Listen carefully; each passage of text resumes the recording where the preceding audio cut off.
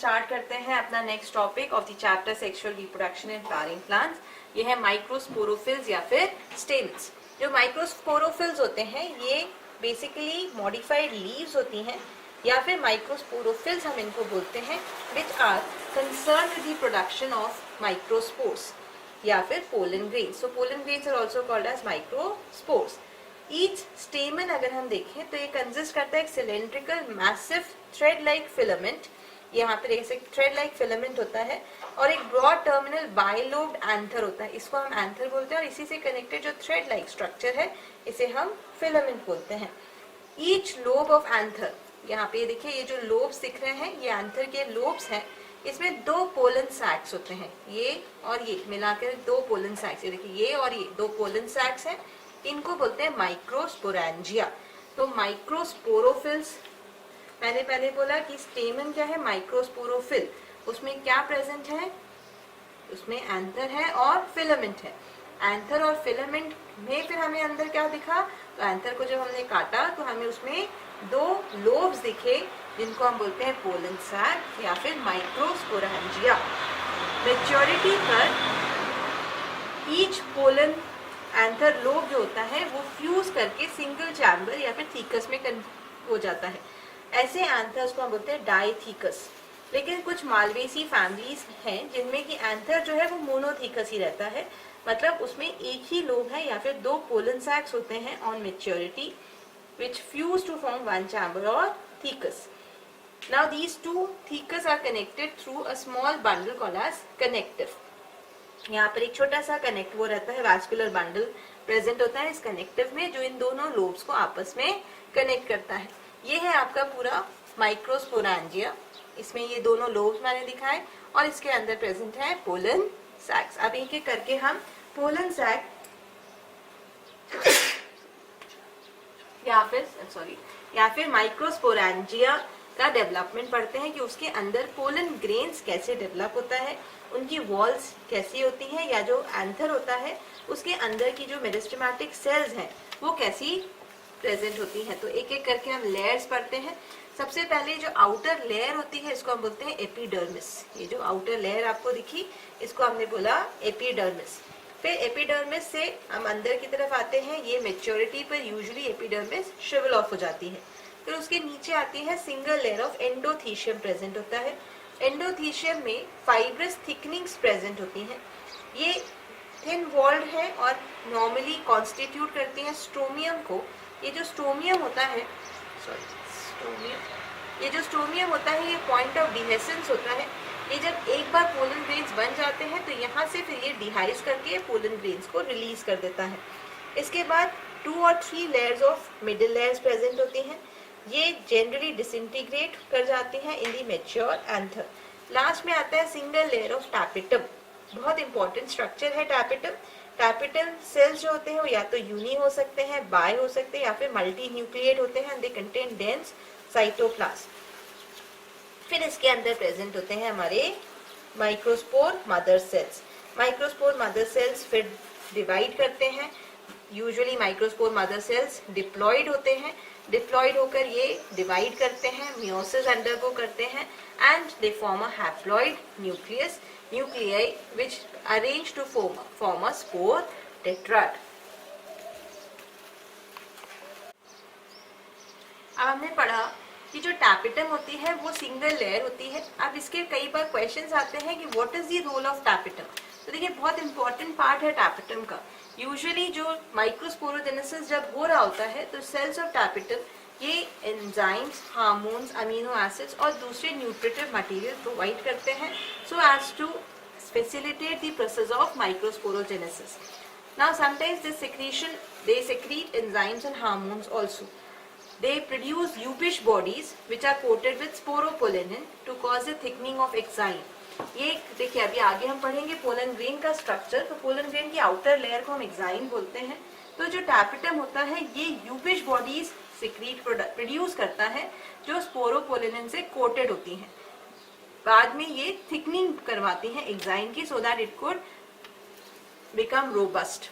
फिर ये oily material का सिक्रीशन कराते हैं जिसको बोलते हैं pollen kit outside the mature pollen and they also secrete special proteins for pollen to recognise the compatibility, ये कंपैटिबल है क्योंकि एक बार जब वो कंपैटिबल होगा और स्टिग्मा पे जब जाकर अटैच करेगा तो फिर कंपैटिबिलिटी चेक होती है and then further it leads to the process of release of pollen tube. तो ये कंपैटिबिलिटी के लिए जो टैपिटम होते हैं इसके सेल्स प्रोटीन्स रिलीज करते हैं for the pollen to recognise the compatibility. अब एक बार हमारा जो माइक्रोस्पोर मदर सेल था, मैंने बोला कि उसमें मियोसिस होगा, मियोसिस के बाद it would form a spore tetrad. तो क्या बना, माइक्रोस्पोर बना या फिर पोलन ग्रेन बना आफ्टर द मियोसिस। माइक्रोस्पोर और पोलन ग्रेन्स जो होते हैं they are haploid uninucleate minute spores which are produced in large numbers as a result of meiosis in the microspore mother cells inside the microsporangia। microsporangia क्या था हमारा, जो हमारा anther के जो लोब्स हमने पढ़े that was the microsporangia. Pollen sac जिसको हमने बोला था, उसके अंदर क्या प्रेजेंट थे, सेल्स मैंने बताए थे, काफी सारी लेयर्स प्रेजेंट होती हैं। उसी के अंदर फिर माइक्रोस्पोर मदर सेल प्रेजेंट होता है। ये माइक्रोस्पोर मदर सेल डिवाइड करता है और डिवाइड करके वो माइक्रोस्पोर फॉर्म करता है। अब माइक्रोस्पोर का जो स्ट्रक्चर है उसमें देखिए आउटर मोस्ट लेयर होती है जिसको हम बोलते हैं एक्साइन। यहाँ पर इसकी पतली सी लेयर दिख रही है, इसको बोलते हैं इंटाइन। तो exine and intine these are the two layers of the microspore. फिर एक लार्ज वैक्यूल प्रेजेंट होता है, जर्म पोर होता है जहां से फिर further pollen tube release out होगी और इसके अंदर न्यूक्लियस प्रेजेंट होता है। Study of pollen grains is called as palynology. अब देखिए स्टार्ट हम पढ़ते हैं stages of development of male gametophyte.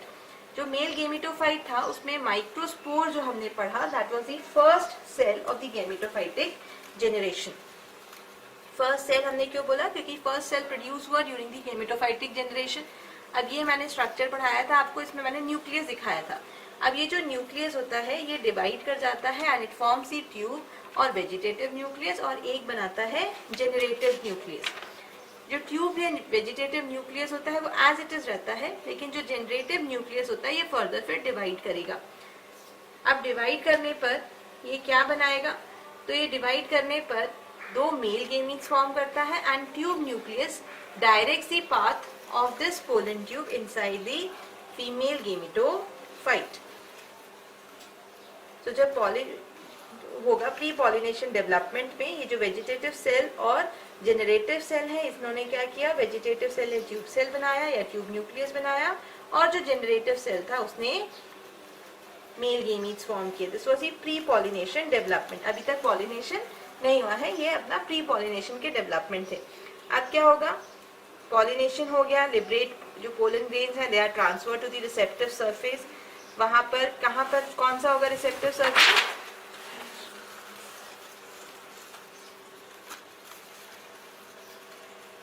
यहाँ पर होगा हमारा रिसेप्टिव सरफेस। रिसेप्टिव सरफेस हमारा स्टिग्मा है, तो स्टिग्मा पर जाकर पोलन ग्रेन अटैच हो जाता है by the process of pollination and then this pollen tube elongates by the absorption of moisture and the other factors which help in the growth of this pollen tube.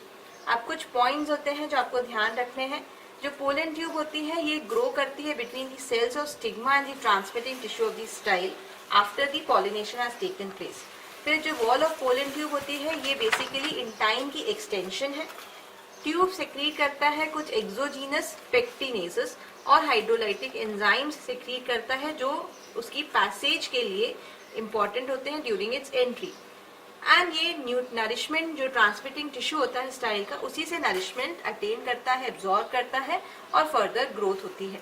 तो ये आपका पूरा का पूरा development था फीमेल गेमिटोफाइट का। कुछ आपको बातें ध्यान रखनी भी हैं कि जो पोलन ग्रेन की आउटर लेयर होती है वो वैक्स और स्पोरोपोलेनिन से कोटेड होती है जो उसको हार्ड बना देती है और उसको माइक्रो ऑर्गेनिजम्स इजिली डिग्रेड नहीं कर पाते। ये पोलन ग्रेन को इंटैक्ट रखने में मदद करती है ड्यूरिंग दी फॉसिलाइज्ड फॉर्म। तो अगर आपसे कोई पूछे कि आप पोलन ग्रेन से कैसे फॉसिल स्टडी कर सकते हैं तो सिंपल आंसर है उसका कि उसकी आउटर कोटिंग में ऐसा सब्सटेंस प्रेजेंट होता है जिसको हम वैक्स या स्पोरोपोलेनिन बोलते हैं। तो वैक्स और स्पोरोपोलेनिन उसको इंटैक्ट रखता है, हार्ड रखता है और उसको डिग्रेड नहीं होने देता, इसीलिए उसको हम फॉसिलाइज्ड फॉर्म में इतने लंबे समय तक रख पाते हैं। So these were the different parts of microsporophylls, microsporangia. और पोलन ट्यूब का कैसे डेवलपमेंट होता है, मेल गेमेटोफाइट का डेवलपमेंट कैसे होता है, ये सब हमने इसमें पढ़ा। अब हम आगे के वीडियोस में पढ़ेंगे फीमेल गेमेटोफाइट क्या होता है और कैसे उसका डेवलपमेंट होता है। So stay tuned, keep watching, keep learning. Thank you.